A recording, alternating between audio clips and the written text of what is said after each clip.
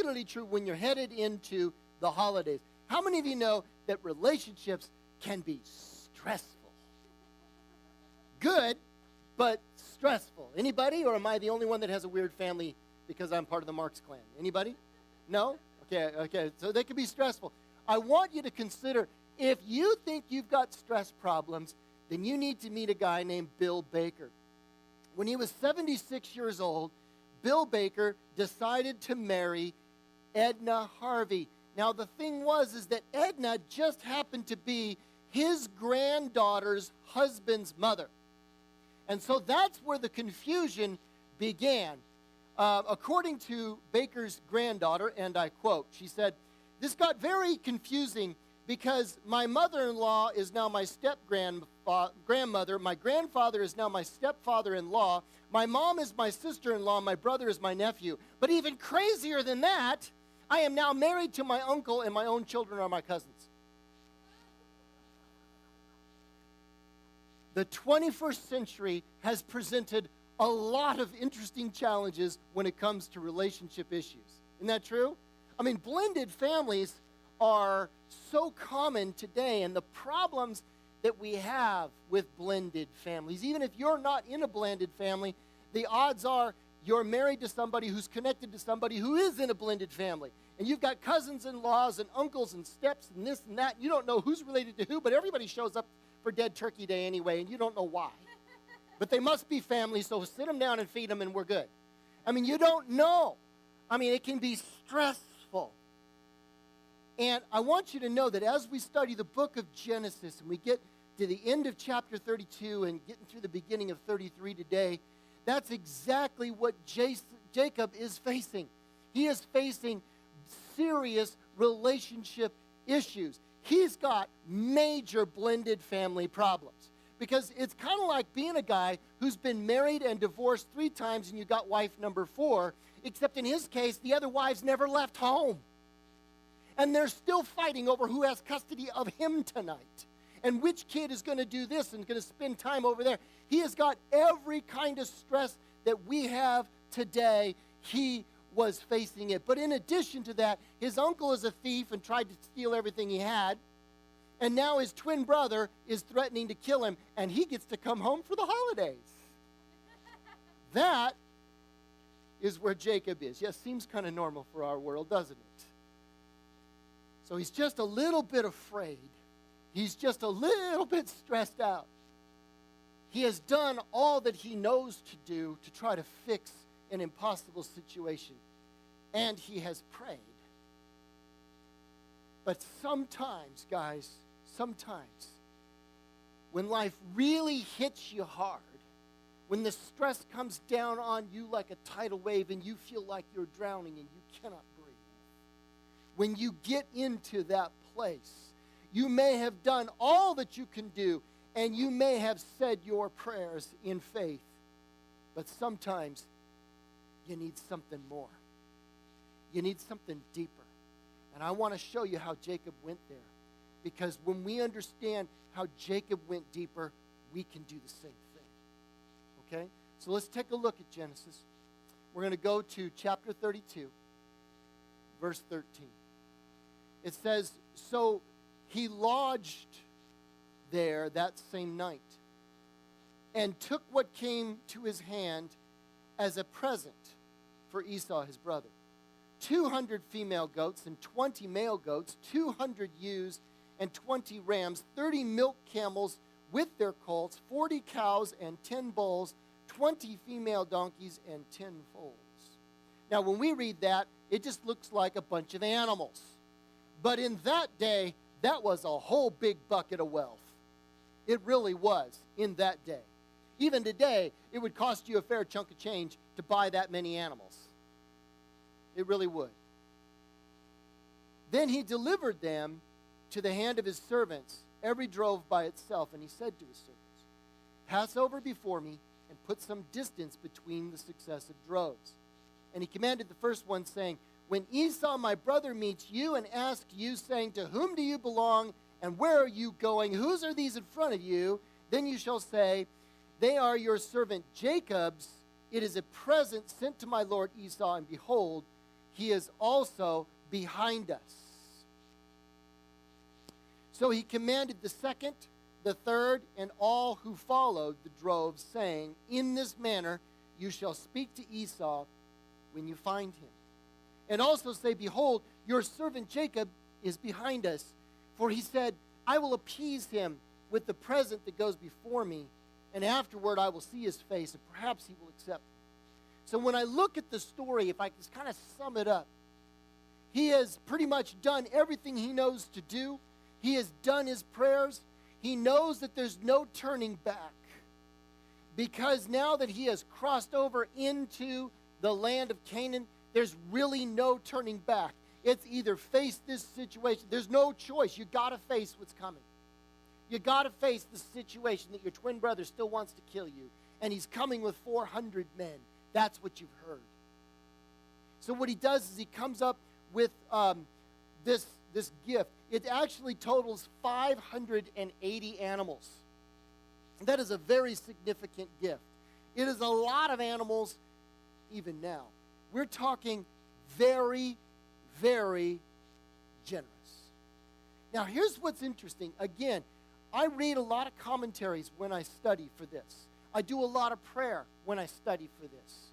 If you peek your head into my office, you'll usually see me with my head down like this, talking to the Lord, going, come on, God, tell me what's going on here. 580 animals. How am I supposed to talk about donkeys this weekend? What's going on with this?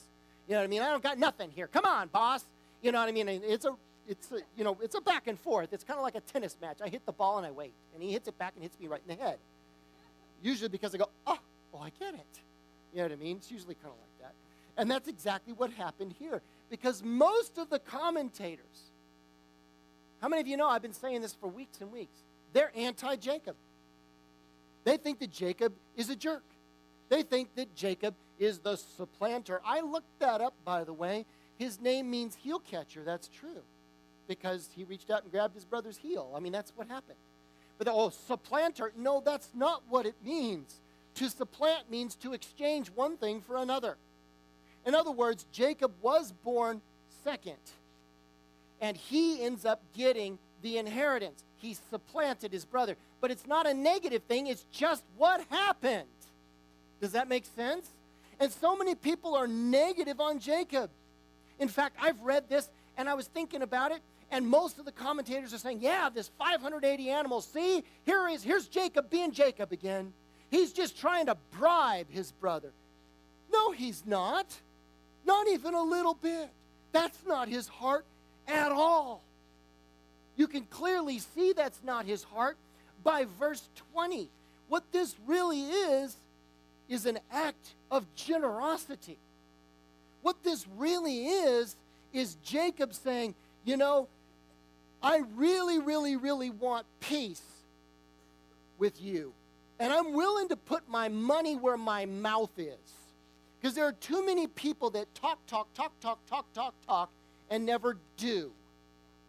There are lots of people that jump up and down and talk about God's love, but they don't do anything to demonstrate God's love. Oh, they'll complain about how the church doesn't demonstrate God's love, and I love going, so what are you doing? And it gets real quiet. Well, that's not the point.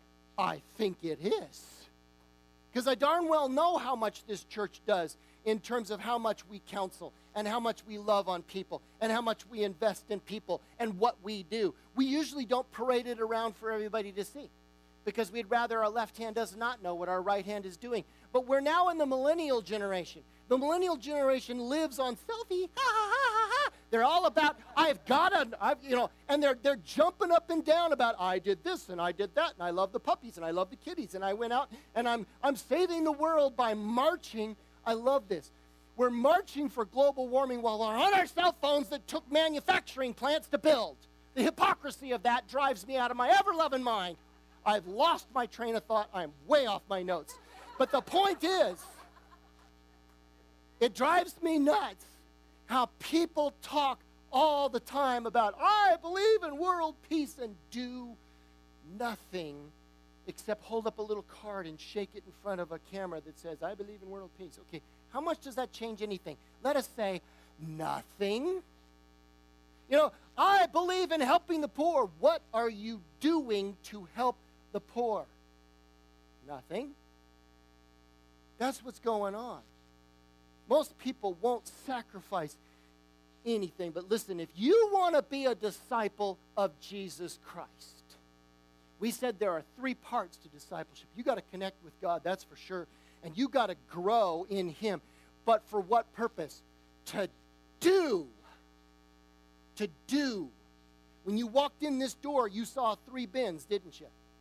One of them said Christmas gifts, because we're going to you put Christmas gifts in there, and I will make sure they go to a family whose kids don't have any Christmas gifts, or not many. We'll take care of that. We got blankets, a box there, because it's getting cold. We're going to go downtown next on the 20th, and we're going to give these blankets to homeless folks down there. I've been down there, did a tree job a couple months back downtown, early in the morning. Doug was with me on that trip. You remember that? And the homeless people, we had to kind of move them out of the way so we didn't drop chunks of wood on their heads because we were busy taking down a tree. You remember? Brian was with me on that trip too. And I remember it was freezing out there, and these guys are out there in rags. We're not going to talk about it, guys. We're going to go do something. And you're a part of that. There's a bin out there to get the food, to go help them. You see, you got to understand something. Someone who is for real about making peace in the world, for real about helping the poor, is going to be generous about doing it. And that's what Jacob is doing here. He's not saying, look, I'm not just going to talk a good game. Too many people have known me over the years as the guy who just talks. Right? I'm the one that tricked everybody. So if all I do is throw words out here, Esau's never going to buy it. He's going to hear me talk about how I want to reconcile with him. And I know Esau. He's my twin brother. Nobody knows him better than me. I've been fighting with him since before we were born. I know this guy. He doesn't just listen to talk. If I don't go do, he's not paying attention to me. But perhaps if I go and do, if I demonstrate with my actions that my words have substance and have meaning, I'm not just saying I want peace, I'm going to go do something. Well, then maybe he'll accept me. You see, that's what we need to do. We need to quit talking about it. Guys, listen, we need to quit talking. We need to start doing. I'm throwing out a challenge to every single person in this room. Bring a blanket to this church this week. Not a few. Bring them. Go into your closet. I know you have extra blankets that you don't always use. You don't even have to buy one. You've already got it. She doesn't. You bring it here, and we will get it in their hands. Are you with me? Let's quit talking and start doing. I'm throwing out a challenge to every person in this room. On your next grocery visit, your very next time, even if it's today after church, when you go out there and you buy food for yourself, it is written, do unto others as you would have them do unto you. Is it not said that way? Then if you buy 1 can for you, you buy 1 can for someone else. And you bring it down here, and you fill this place up, and I give you my word that we will get it into the hands of the poor. Are you with me? Let's quit talking and start doing. Esau and Jacob, they had a bad relationship. But Jacob decided to get past talking and start doing. Why? Because he knew God. You see, when you know God, you understand you got to be a doer. Now, let's think about this for a second. Esau was hurt. Esau was hurt by the past. Esau had heard a whole bunch of words and didn't buy it. I am here to tell you that I've been on Facebook enough to know that the millennial generation doesn't want to hear words from the church. They want to see action.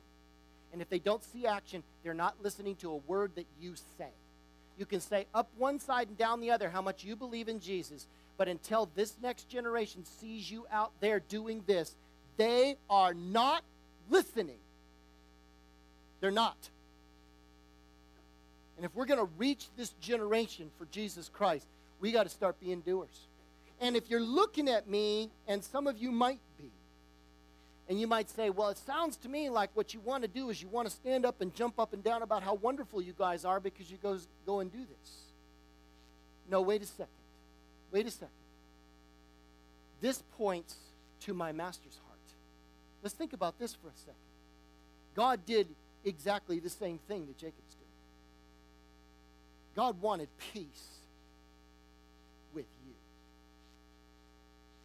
But you have an army of reasons against him. You have your 400 men. And you wrote out against God himself and said, here's reason number 1, I don't serve you. Here's reason number 2, I do my own thing. Here's reason number 3, you have your 400 men and they are all armed. And my master has every right. He has the inheritance. He owns the heavens and the earth. He owns everything, and you are the rebel. See, that was where Jacob was. Jacob had the inheritance. Jacob had the blessing. Jacob had the right to say to Esau, how dare you come against me with 400 men? I have the inheritance. I have God on my side. I can call down fire from heaven to destroy you. I've seen the angel camp. I have everything I could do. But he did not do this. Why? Because he knew the living God. You see, your master said, I want peace with you. So I will give you a gift. A gift so generous, it will make the angels in heaven fall silent because they can't believe that God himself would give the Son to pay for you. Now that is an ultimate and generous gift. Nothing comes close. It's way bigger than 580 animals. But you see, Jacob was willing to do that because he knew God. But God was willing to do it with you, and I wonder if he was saying, I will appease them with the present that goes before me, and afterward I will see their face, and perhaps they will accept me. What do we preach? We preach that God gave a gift that went before you while you were still his enemy. Jesus Christ came and died for you. The ultimate gift. Nothing comes close. See, Jacob is just showing God's heart. Jacob knew the living God. He was a man of God. He felt compelled in his heart, if I want peace, I got to go do something about it. Instead of just throwing some words at my brother, I got to go demonstrate it. And you see, that's the key. You know, real relationship with God, you want an authentic relationship with God, it can only be built by a sacrifice. You got to sacrifice yourself back to him. Why? Because he's already given you the ultimate sacrifice of himself. You see, that's the heart of God. Too many of us are so interested in what can I get out of my relationship with God. It becomes a me-centered thing. I want to do things for God because it makes me feel better. Well, the key word there is me. You see that? No, we've got to change our thinking. We got to quit saying and start doing. Too many of us are so willing to sacrifice only for ourselves. That's not what Jacob did. Jacob sent out 580 animals. That cut his herd significantly, didn't it?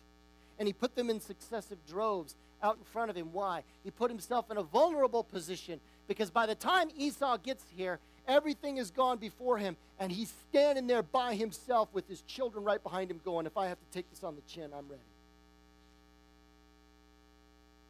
That's what God did for you, and I'm here to tell you that's what he wants you to do for others. This church needs to be radical in its sacrifice to reach the poor. And I'm calling you to it. Now look what happens. So that present went over before him. But he himself lodged that night in the camp. And he arose that night and took his 2 wives, his 2 female servants, and his 11 sons, and crossed over the ford of Yabok. And he sent them, he took them and he sent them over the brook, and he sent over what he had. Then Jacob was left alone. And a man wrestled with him until the breaking of the day. And when he saw that he did not prevail against him, he touched the socket of his hip, and the socket of Jacob's hip was out of joint as he wrestled with him. And he said, let me go, for the day breaks. But Jacob said, I will not let you go unless you bless me. So the angel said, what's your name? Isn't that cool? What's your name? As if the angel didn't know. And he said, Jacob. The angel said, your name shall no longer be called Jacob, but Yisrael. Yisrael. Israel. For you have struggled with God and with men, and you have prevailed. Then Jacob asked, saying, tell me your name, I pray. And he said, what are you asking about my name for? As if you don't know.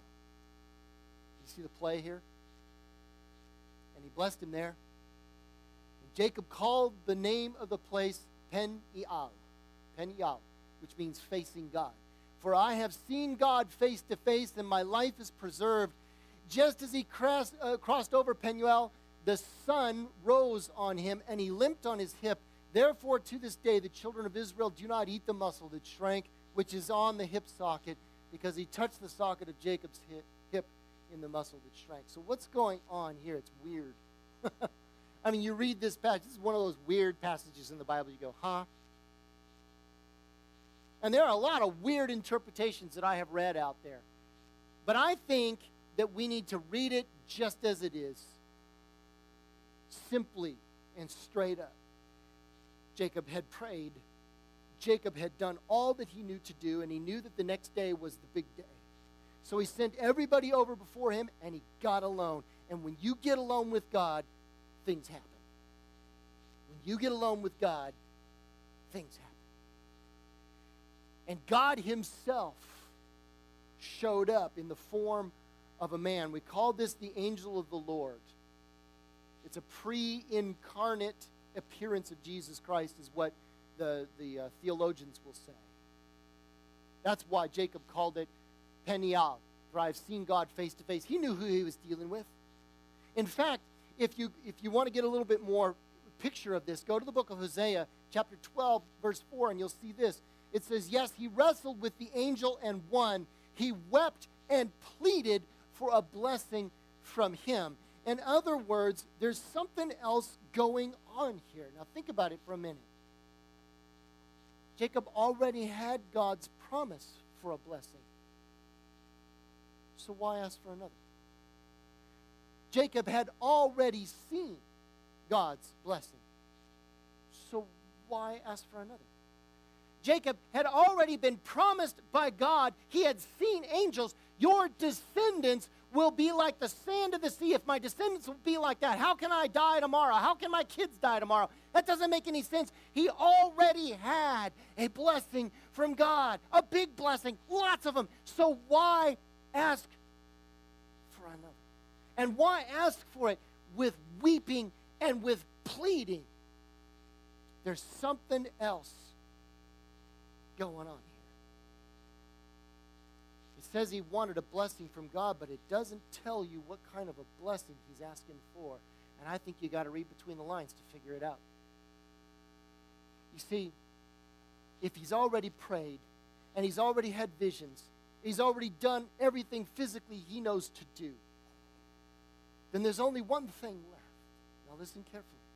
There's only one thing left. When you get there, when you get to the end of yourself, when you get to the end of your prayers and you just don't feel like you can pray anymore, you get to a place where you want something real from God. You get past religion, you get past tradition, and you want something real. You want something deep. And you want it so bad that you will not let go of God until you get it. That's where Jacob was. He wanted something real. Now listen to me on this. Real, genuine relationship with anybody. Any kind of a relationship that is fulfilling. Any kind of a relationship that is real and is deep is going to be the ultimate wrestling match. I know, I'm married.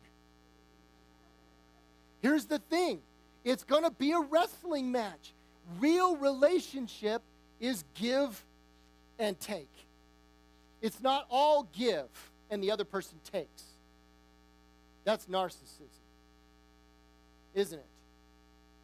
It's not all give and the other person takes. It's not all take and the other person gives. It's both. And if you want a real relationship with God, you're going to have to give some give and take with him too. And that's where Jacob was. Now listen carefully to what I'm talking about. You see, in a real relationship, well, in a marriage, there's some give and take. It has to be that way. Without that give and take, you're not going to get anywhere. You see, if it's always about my needs, then Melissa never gets anything. If it's always about her needs, then I never receive anything. And that's not a relationship. That's not deep. That's not fulfilling. That's one-sided. We might as well be paying for your time. That's like going to see a psychologist. You're paying for the time. There's no give and take there. You're not going to find anything out about your psychologist. All he wants to know is listen to your problems and give me $100 an hour. The only thing you're going to get out of it is whatever he learned in a textbook. You're not going to learn anything about him. There's no relationship there. Are you with me? Relationship requires a whole lot more than that. It's a give and it's a take. See, sometimes I give because Melissa has needs. There are other times that she gives because I have needs. And both of us are going to have to sacrifice our self-centeredness in order to work in this wrestling match. Does that make sense? That's what creates depth. That's what creates realness. You see, I may be physically stronger than her, but I'm not going to use that to my advantage. There are some men who do, and that's not a good relationship, is it? We read about it in the papers. Melissa is by far better emotionally equipped than I am, trust me. But she does not use that to her advantage over me. There are some relationships that look like that, and they're not very healthy, are they? No, there's give and there's take. It goes both ways. That's what real relationship is. That's where richness comes from. That's where depth comes from. That's an incredible blessing. And that is the blessing that Jacob wanted. That's what he wanted. He already had all these blessings from God. He already knows that God is with him. He wants something more. And what's exciting about this story is that God gives it to him. And that is a message to you today. That is a message to you today. How many of you, like me, have really wrestled with God? You have had a few fights. They're rather one-sided. But you've had your fights with God. You have wrestled with him. He is all over you about changing something, and you don't want to let him pin you down. I ain't going to change that. I ain't going there. That is too much, Father. And you're going like this, and you're trying to get him off, and he's all over you because he is an Olympic wrestler, and you are done. And you are trying to get out of that pin. But sometimes, when you feel God backing off because you're not giving in, you've not given in and not given in, he said, change that. He's trying to pin you down. He said, go do that, and you won't. Or you'll go halfway, and it's not enough, and the Holy Spirit is all over you and saying, no, I said, give more. And you're going, but that hurts. And he goes, give more, and he's trying to pin you down, and you don't want to do it. And all of a sudden, you feel like God's backing away from you. And all of a sudden, you feel that void, and you go, no. And you hold on to him with all your heart. That's where Jacob was. And that's where most of you can be. That's where real relationship comes. See, I'm here to tell you that he wants to let you prevail with him. All that angel had to do was touch Jacob's hip, and it was out of place. That demonstrates God's power. When the angel said, let me go, don't you think the angel could have went, bye-bye? All he had to do was touch Jacob's hip. Why? Why did the angel say, let me go? Because he's allowing Jacob to prevail. He's allowing it. God wants you to prevail with him.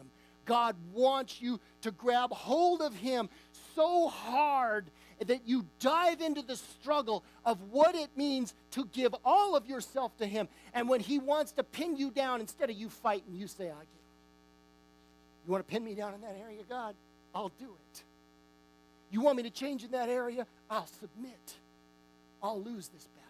And he goes, good, because as soon as you do, I'll let you pin me down. I'll let you pin me down. I'll let you pin me down to the place where you begin to gain that emotional and spiritual strength and fulfillment that you so long for. Because that's what real relationship is all about. And here's why I know this is true. It says he gives him a blessing. And that begs the question of why did God give Jacob a new name? Yisrael. One who wrestles with God. Comes from two Hebrew words. Sarah, which means to fight, to wrestle, and it also can mean prince or princess. And El, which means God. One who wrestles, one who prevails, a prince with God. Are you with me? A new name. A brand new name. See, real relationship, guys, listen, it isn't religion. It isn't religion. It isn't a tradition. It isn't saying a prayer. It isn't reading the Bible. It's a wrestling match between your will and his.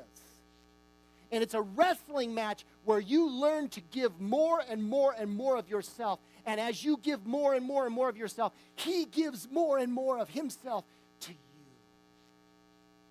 It's a wrestling match. And it will lead you to the greatest possible blessing. And the more you wrestle it out, the deeper it goes. The deeper it goes. How many of you have wrestled with God? How many of you know that there are areas in your life that he is trying to pin you down? And how many of you have felt a tremendous desire not to let go of him? Not to let go, even though you know you're not giving in the way you're supposed to, but you still won't let go. Good for you.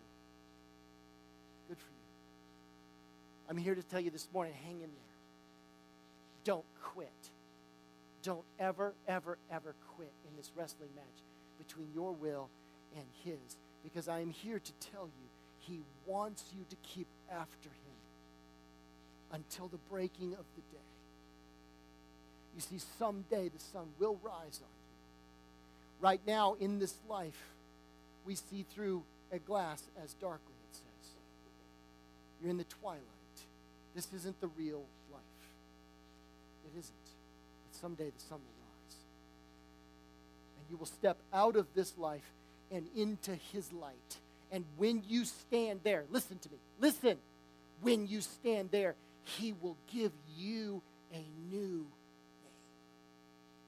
To him who overcomes, I will give some of the hidden manna to eat, and I will give him a white stone, and on the stone a new name written, which no one knows except him who receives it. Your real name.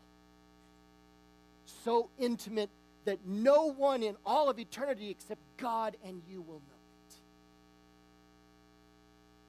it. It doesn't get any more intimate and beautiful than that. It doesn't.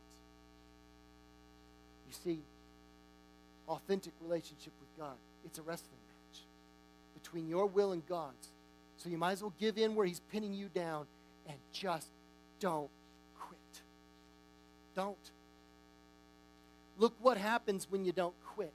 He gives you a new name. And then something else happens. Chapter 33.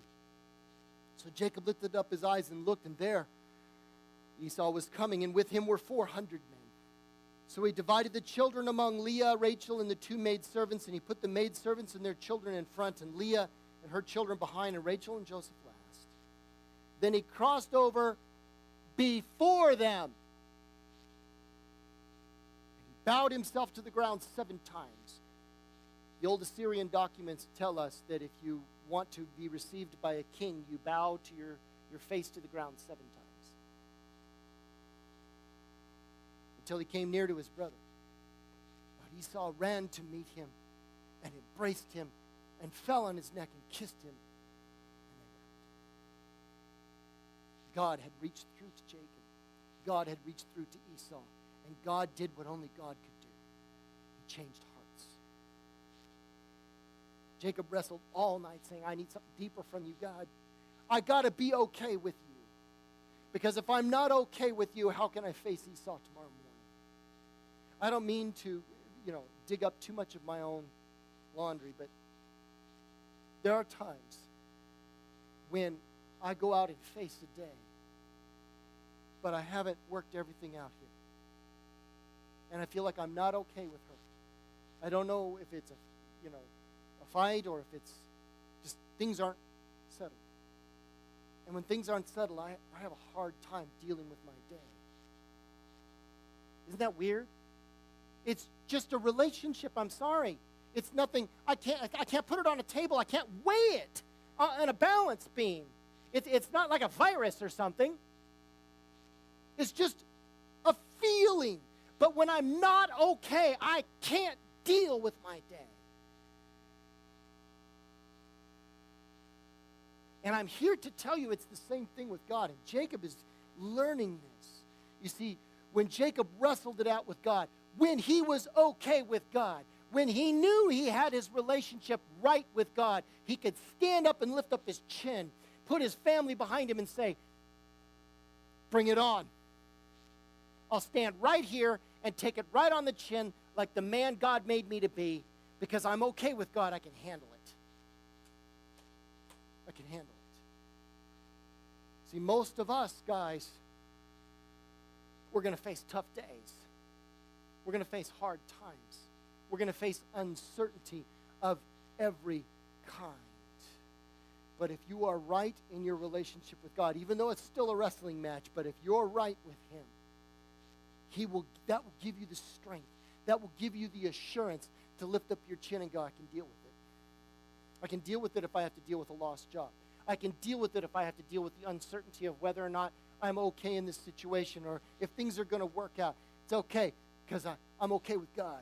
And if I'm okay with God, I can face a firing squad. I can do whatever it takes because I can do all things through God who strengthens me. Right? You see, getting this together, I think is one of the most important parts of being a disciple. Listen, Jesus said, seek first what? The kingdom of God and His righteousness. And all this other stuff will be added to you. What He's trying to tell you is the same thing you see in Jacob's life. When you prioritize wrestling it out with God, when He becomes your priority, when your relationship with Him is more important to you than anything or anyone or at any time, and you're willing to sacrifice everything for Him, when you get to that place, when you walk in that place, He will give you a deep assurance. He will give you a strength, and you can face anything. Anything.